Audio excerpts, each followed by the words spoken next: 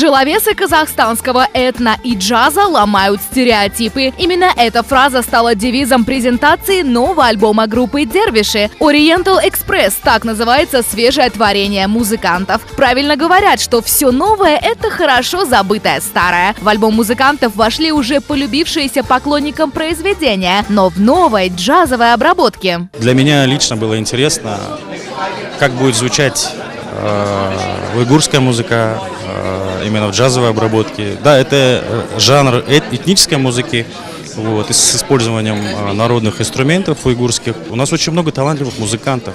Вот, и я не хочу сказать, что мы здесь перед собой ставили цель именно то, что мы будем зарабатывать там, и так далее, и так далее. Да, в первую очередь, основной акцент это было творчество. В альбом вошли 9 известных композиций. Гости вечера отметили, что у Дервишей получилось представить свой взгляд на восточную культуру. К слову, на празднике присутствовало огромное количество артистов и иностранных гостей. Среди звезд были замечены Еркеш Шакеев, Байгали Сиркибаев, Нурлан Абдуллин, группа Мюзикола и многие другие. Приглашенные в один голос расхваливали музыкантов. В то же время отмечали, что данный жанр понравится истинным ценителям народных звучаний. Это, наверное, музыка для интеллигентов, я так скажу. Поэтому и, в принципе, такая музыка имеет место быть, она имеет право на жизнь, и она должна быть. Потому что сейчас засилие, если вы заметили, немножечко такой однодневной, к сожалению, песнюшек из двух нот, как я вот как бы говорю обычно.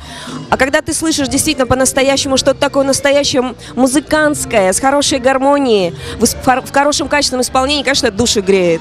И действительно, это, наверное, и есть возврат к тем истокам, с которых мы все вышли. Это восточная музыка, которая востребована, и которую люди очень любят, и которая сделана искренне от сердца. Но, во всяком случае, то, что я слышу, это именно так и происходит.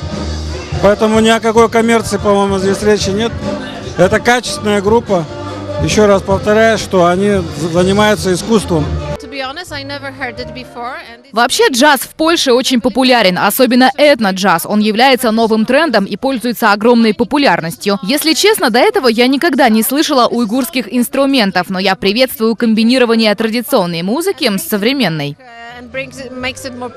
К слову, этот коктейль африканской, европейской и восточной культур будет представлен широкому кругу слушателей уже этой весной. И именно тогда поклонники музыкантов смогут оценить их новаторское творчество.